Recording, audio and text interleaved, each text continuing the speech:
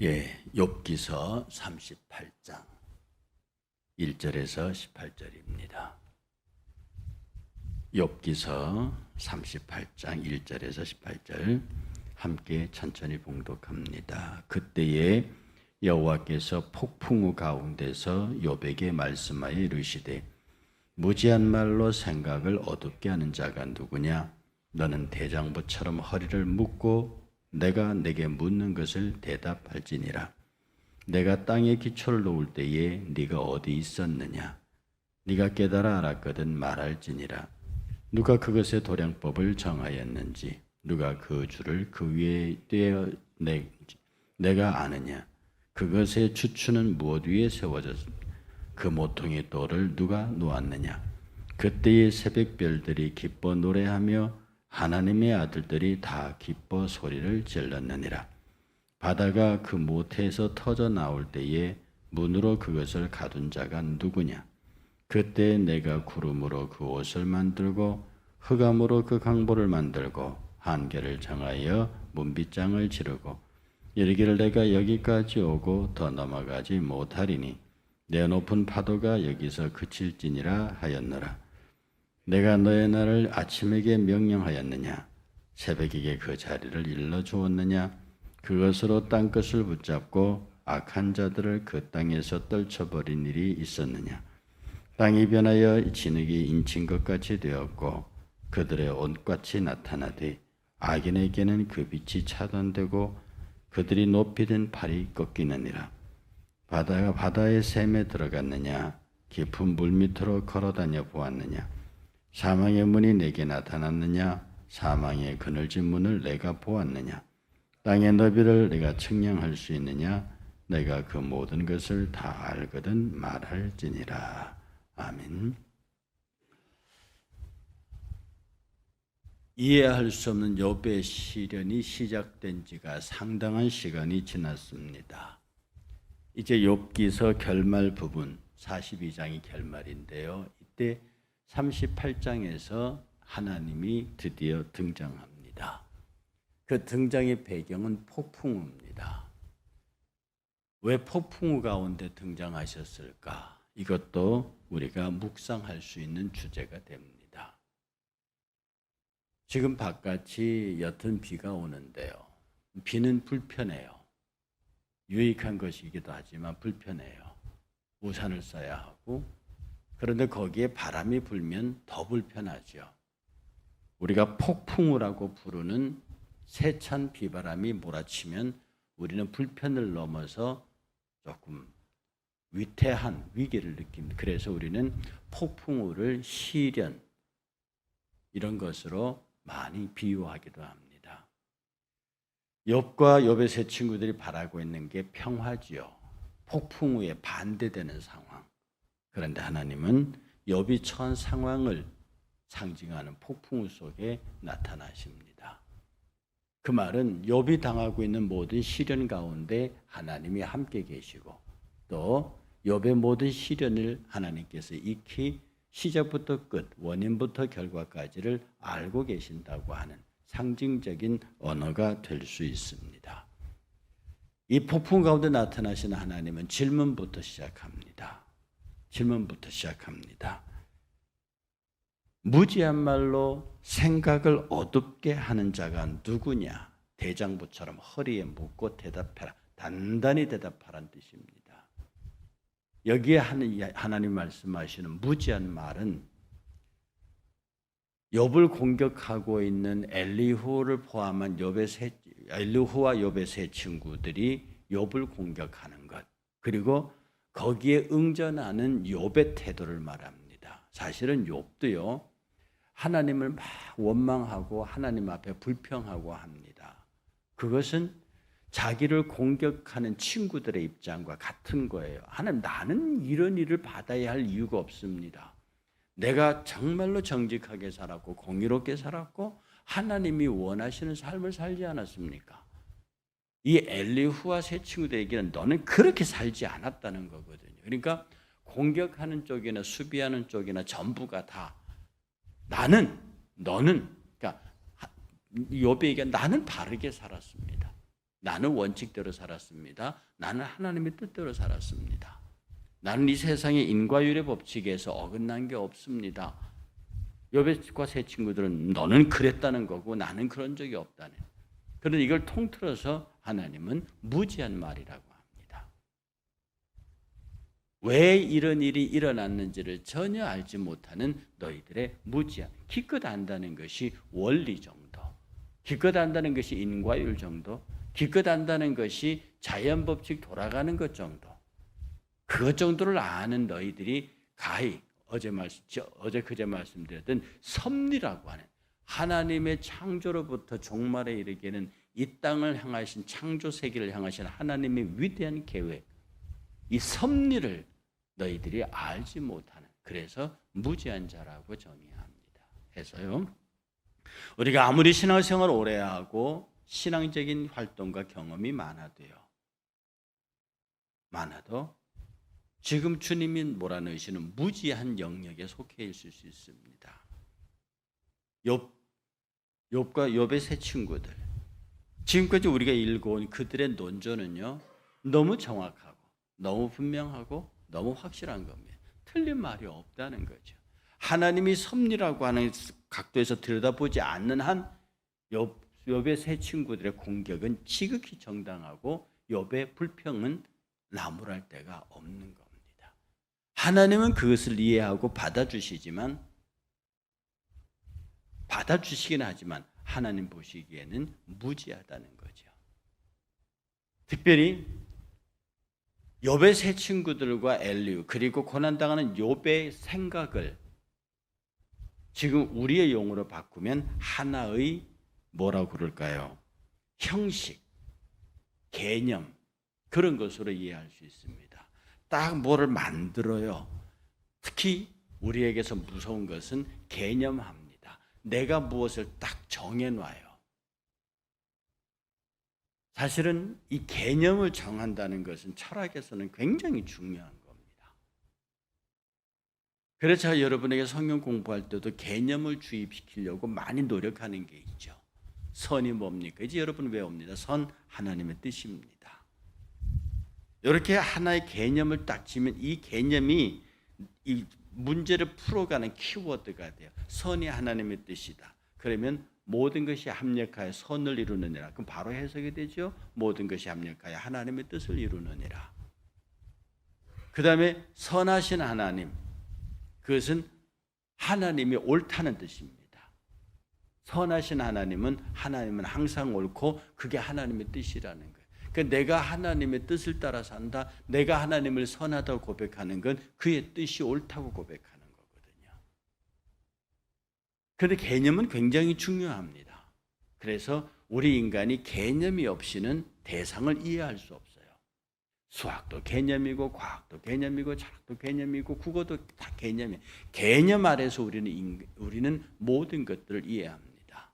그런데 이 개념을 바꾸셔야 돼요. 이 개념을 우리 인간의 인과율의 법칙, 사람들이 이해할 수 있는 법칙으로 바꿔야 합니다. 만약 사람들이 이해하는 법칙 아래 서게 되면 과학이 되든지 다른 일반 이성 종교가 됩니다.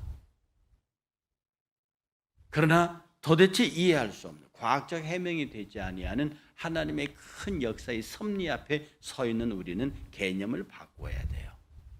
지금부터 나타난 하나님은 욥과 욥의 친구들에게 개념을 바꾸라고 말하고, 니네들이 기껏 너희들의 무지한 생각, 니네들이 기껏 알고 있는 그 경험, 너의 지식, 이런 것들을 가지고 감히 나의 일, 내가 하는 일을 재단하려고 하느냐, 이걸 너희들이 판단하려고 하느냐 라고 하는 하나님의 책망이 여기에 들어가 있는 겁니다.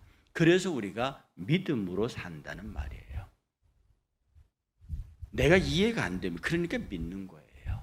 내가 이해가 안 되고 그건 불가능할 것 같고 이건 도저히 안 될 것 같은데 그 일을 행하시는 하나님이요. 그래서 하나님의 일을 다 생각해서 다 이해해서 하려고 하면 하나님은 너희들이 해, 이렇게 되는 겁니다. 그거 아시죠? 우리가 무슨 일을 계획하든지 뭐하든지 우리가 다 이해되는 범주 내에서 이해되는 사람들과 이해되는 계획을 가지고 이해되는 일을 하게 되면 거기 무슨 굳이 하나님이 개입하실 일이 있습니까? 그런데 사람들의 이해와 생각을 벗어난 과감한 생각, 대범한 계획, 그리고 그거 안 돼 라고 하는 생각이 들 정도의 어떤 면에서 이성적 사고의 무모함, 이런 것들이 있을 때 거기에 우리의 기도는 더 간절해지고 하나님이 그 개입하지 않을 수밖에 없는, 개입하실 수밖에 없는 그런 상황이 전개돼. 그래서 내 입을 크게 벌라, 내 입을 크게 열라. 우리의 생각이 대범해지고 담대해지고 이것이 하나님의 뜻이다, 이것이 하나님이 원하시는 것이다, 이것이 하나님이 기뻐하시는 것이다라는 생각이 들면 거기에 대담하고 과감하고 공격적인 그런 시도가 필요합니다. 여러분 아시겠지만 남의 교회 얘기해서 미안합니다만 여의도 순복음교회가 처음 시작할 때 거기다가 그 허허 모래벌판에다가 당시에 담임 목사님이 아파트를 짓고 일을 저질렀죠. 그분의 말에 의하면 그 아파트 공사 현장에 가서 몇 번이고 뛰어내리고 싶었대요. 그 일들은요, 사람의 계획과 어떤 그 합리성 세계 속에는 도저히 설명할 수 없는 거고요. 그건 있을 수가 없는 과정이에요. 그런데 그 어마어마한 일을 혼자 밀고 간 사람이 돌아가신 조 목사님입니다. 광림교회가 저 잠실 벌판에 허허벌판, 그때 우리가 학생이었거든요. 그 잠실 허허벌판에 당시로 200억을 들여서 광림교회를 지을 때 사람들이 모두 미쳤다고 그랬거든요. 우리가 하나님의 일을 하는데 대담함이 없고 하나님의 섭리를 바라보고 하나님의 뜻을 바라보는 시각이 아니고 일하게 되면 우리가 이해할 수 있고 우리가 생각할 수 있는 범위에서 쪼물락쪼물락하면 하나님 그 너희들 알아서 해. 너희들 알아서 해. 거기에는 어떤 기적과 이사는, 기적과 이사가 일어날 이유가 없는 거죠. 보통적인 상식과 보편과 합리 속에 인간이 충분히 이해할 수 있는 계획 속에 움직이는데 그거 못 이루면 무능한 사람들이죠. 자기가 할 수 있는 범위 내에서 자기들이 이해되는 범위 내에서 자기들이 만든 계획을 못 이루면 그 무능한 사람이죠. 그러나 그 너머를 바라볼 수 있는 하나님이 우리에게 베푸실 큰, 정말로 놀랍게 넘치게 주실 하나님의 축복의 세계를 바라보면서 계획하는 사람들, 거기에 하나님의 개입이 있는 겁니다. 그런 교회가 역동적이에요. 그런 교회가 우리도 뭔가 한번 해보자라고 하는 소위 으쌰으쌰 하는 게 거기서 시작되는, 영적인 그런 게 시작되는 거예요. 그래서 우리가 우리의 개념을, 인간이 갖고 있는 개념을 하나님 쪽에서의 개념으로 전환시켜야 합니다. 우리가 선 그러지 않은 착한 것, 인간끼리의 뭐 좋은 것, 이런 것으로 선을 이해하면 대속해. 성경에 모든 게 다 그래. 그래, 우리끼리 착하게 지내는 것, 하나님께서 모든 것이 합력하여 우리끼리 조물조물하는 착한 이렇게 이해하세요. 그럼 되는 거예요. 그러나 이 선의 개념을 하나님 쪽에서, 선은 곧 하나님의 뜻이라는 개념으로 딱 바꾸는 순간에 성경 전체는 우리를 흥분시킬 정도의 과감한 도전력과 새로운 약동적인 힘을 만들어내는 겁니다. 그러나 인간의 개념으로 인간화시키게 되면 안전한 게 좋아요. 편안한 게 좋아요. 모든 게 이해되는 게 좋아요. 그리고 우리의 이해를 넘어서고 우리의 능력을 넘어서는 일은 하지 말자 그럽니다. 저 명성교회가 세워질 때 우리 한국에 들어가는 우리 땅에 일어났던 기적적인 역사들, 거의 몇십 명, 몇백 명이 큰 교회로 성장해 가는 데는 정말로 이해할 수 없는, 이해를 고사하고 그렇게 하면 안 되는 무모한 도전과 계획들이 그 교회 목사님과 성도들의 눈물의 기도가 그걸 만들어내는, 그런 것들이 기적을 만들어내는 거지. 우리끼리 이해되고 우리끼리 계획되고 우리끼리 이해되는 것, 하나님은 개입하실 이유도 없고, 거기에 하나님 개입하면 뭐 이상한 거죠. 국민학생 더하기 빼기 하는데 거기 미적분 하는 대학생이 붙어서 뭐 어쩌겠다는 겁니까? 그러므로 우리가 하나님 앞에 얼마나 우리의 믿음의 입을 크게 벌리고 대담한 꿈을 꾸고 하나님이 무지하다는 그런 인간의 상식과 개념을 벗어 하나님의 개념과 하나님의 뜻, 이것을 향해서 바라보는 그런 의지가 필요하다는 거예요. 그래서 믿음이라는 게 뭐냐?